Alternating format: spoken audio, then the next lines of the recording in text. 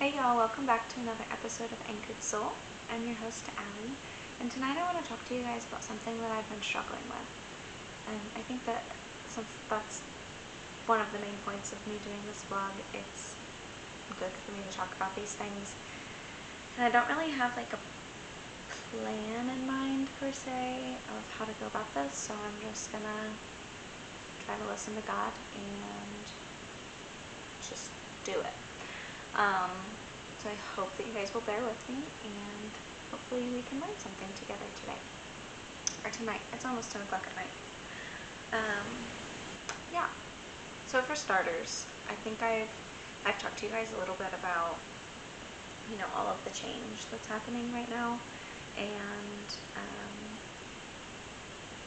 especially how hard it's been on the kids. As an adult, I understand what's happening. I understand that things are changing, but as a 2.5-year-old and a 1.5-year-old, they don't get it. They know that things are changing, but they just don't get it. So I think that's been hard on the kids, and I've been getting really frustrated with them lately. And I don't really know why. I think that it's just a combination of everything, and they test boundaries, they push buttons, basically nonstop, but they're toddlers, so they do that always. That's not new. McKinley's teething right now, and she's very dramatic. She's a very dramatic baby. Always has been. And she's getting her canines, which seem to be a little bit more ouchy for her. I don't know if that's normal. Henry didn't. We hardly even knew that he was getting teeth. So, I don't know if that's normal or not for canines, but they seem to be more ouchy for her. So she's like extra whiny and cryy and all the things. And then Henry is going through this phase right now where he refuses to sleep in his own bed. He's always been an amazing sleeper. He's slept through the night since he was 2 months old, always in his own bed. He never slept in bed with us because none of us sleep good. So it's never even been an issue. But since we've been here, probably the last, I don't know how long. It kind of started before I went to San Diego, but then it's really picked up since I came back. Every night since I came back, he has not slept in his own bed. Unless he's fallen asleep and then I've moved him to his own bed. And even then, I think every time he's woken up in the middle of the night and come back in to my room. And I'm not against him sleeping with me every once in a while. I know that there are times that babies need to sleep with their parents, and that's fine. But I don't want it to become a habit and become an every night thing. So, last night, I fought him for over 2 hours to go to sleep, and he still ended up in my bed. Because I was just so exhausted at that point that I gave into it. It wasn't worth the fight to me anymore. Tonight, he is finally asleep in his own bed. Well, kind of his own bed. But anyways, not my bed that I'm currently sleeping in. It's the bed that I used to sleep in. So he still calls it Mommy's bed. But he's by himself. I didn't have to lay with him. He just went in and went to sleep. So that's great. I'm very happy about that. But I feel like I've been getting really frustrated really easily with them, and I think that those things are just adding to it on top of all of the other things.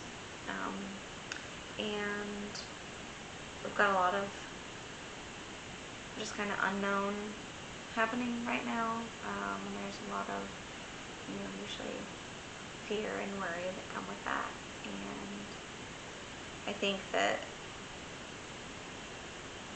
I need to be better about just giving things to God and letting him do his thing with it, and just trusting in him and being okay with whatever comes out of it. I'm not very good at doing that. I struggle a lot with it. So I went through and found some Bible verses that I want to share with y'all. I don't think that this is an uncommon thing in military life or not military life. Like, as a mom or as a dad, as any parent really, this is not uncommon to have moments or time periods where you're just so frustrated with your kids. So I want to go through some Bible verses with y'all. I might have to get up and plug my camera in just a second because it might try to die on me. If there's a cut in here somewhere, just ignore it. Okay, I'm gonna read, obviously, like tell you what I'm reading, but then I'm also gonna put the verses in the caption so that they're easier to come back to if you guys want to do that. So the first one is Proverbs 3:5-6.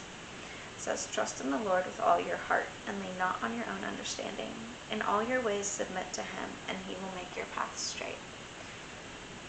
So like I just said, I really struggle with that. But that's a verse that's always a good reminder to me. I just need to submit to him and trust him and quit trying to fully understand everything and quit trying to control everything, because that's a big one for me, is control. This next one, I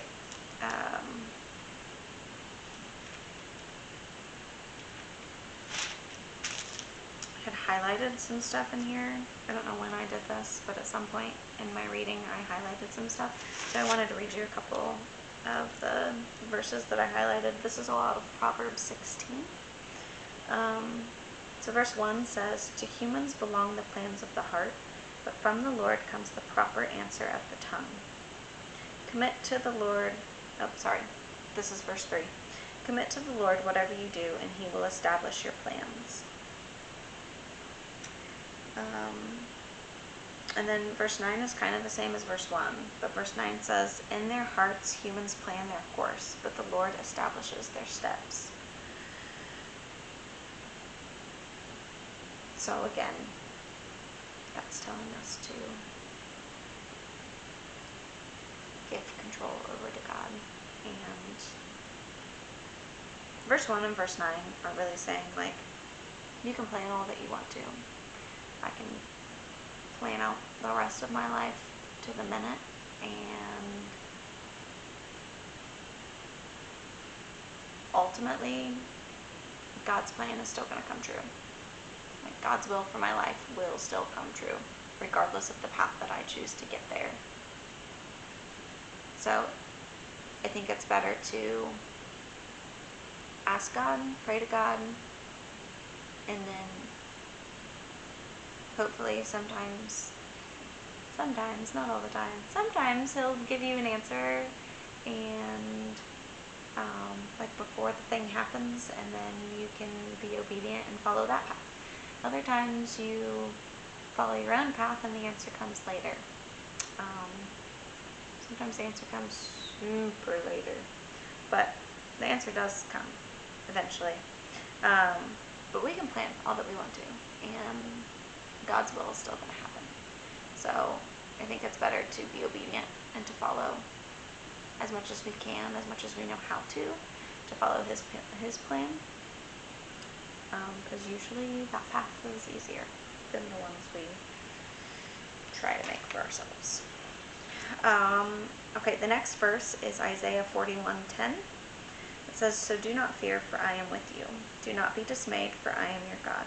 I will strengthen you and help you. I will uphold you with my righteous right hand."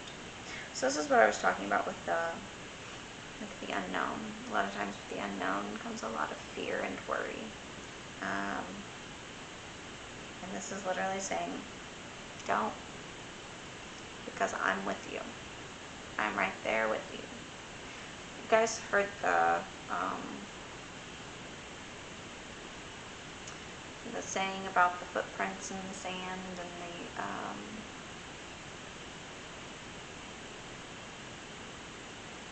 I think it's a whole saying, but basically, like, you walk along the sand and there were two sets of footprints, and then something happens and then there's just one set of footprints, and you feel like it's because the Lord has abandoned you, but in reality it's because He's the one carrying you. They're His footprints, not your own. That's what this verse reminds me of, is that saying, or that's in pictures, on picture frames a lot of times. Like, God will never leave your side. He is always there. He goes before you, behind you, and beside you. He is literally all around. And because of that, because we have that privilege, we shouldn't fear anything. We should not be afraid of what the next page is going to say in our lives. That's not an easy thing to do. That's not really the humanly thing to do. Like, our worldly selves have a lot of fear, have a lot of worry, want to be in control. But if we can relinquish that control and relinquish that fear and that worry, God's going to carry us through. Okay, the last verse that I have tonight is 2 Corinthians 12, verses 9 and 10. And this one, I really love this one. I think this one is just so powerful. Okay, this is Paul writing. And it says, "But he said to me, my grace is sufficient for you, for my power is made perfect in weakness. Therefore, I will boast all the more gladly about my weaknesses, so that Christ's power may rest on me. That is why, for Christ's sake, I delight in weaknesses, in insults, in hardships, in persecutions, in difficulties. For when I am weak, then I am strong." And that one's so powerful to me, because we think that being sad or being defeated or failing or crying or any of the emotions that are seen as like negative. Now my light died. We're doing real good tonight, guys. Any of the emotions that are seen as like negative, or anything that's seen as negative, is a weakness. And it might be. On some of those, it might be. But when we are weak and when we feel so defeated and like we're at the end of our road, like we have no other options, there's nowhere else to turn, we don't know what else to do, we've tried everything that we know to try, that's when we're the most desperate for the Lord and for His plan and for His will. And I think that we should always be that desperate, but I think there's a beauty in the fact that when we are at our weakest, through Him we feel so strong and so empowered. And I think that's how I want to end tonight, is just on that verse. For when I am weak, then I am strong, because I have God. And God gives me that strength that I need to get through whatever it is. Yeah, that's a really good one. I'm going to have to come back to that one. Thank you guys for joining me tonight and dealing with all of everything. Also, I'm thinking that maybe I should post this on not Monday.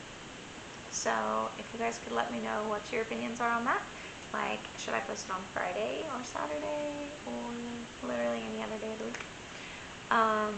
You can either comment, or I feel like a lot of you have my phone number, so you could text me. Or I think that there is a way to email from YouTube. I don't really know. I don't really understand how all of this works yet. But let me know what you guys think about that. And if there's anything that you guys are struggling with that you would like for me to make an episode on because you think that it will help others, then let me know.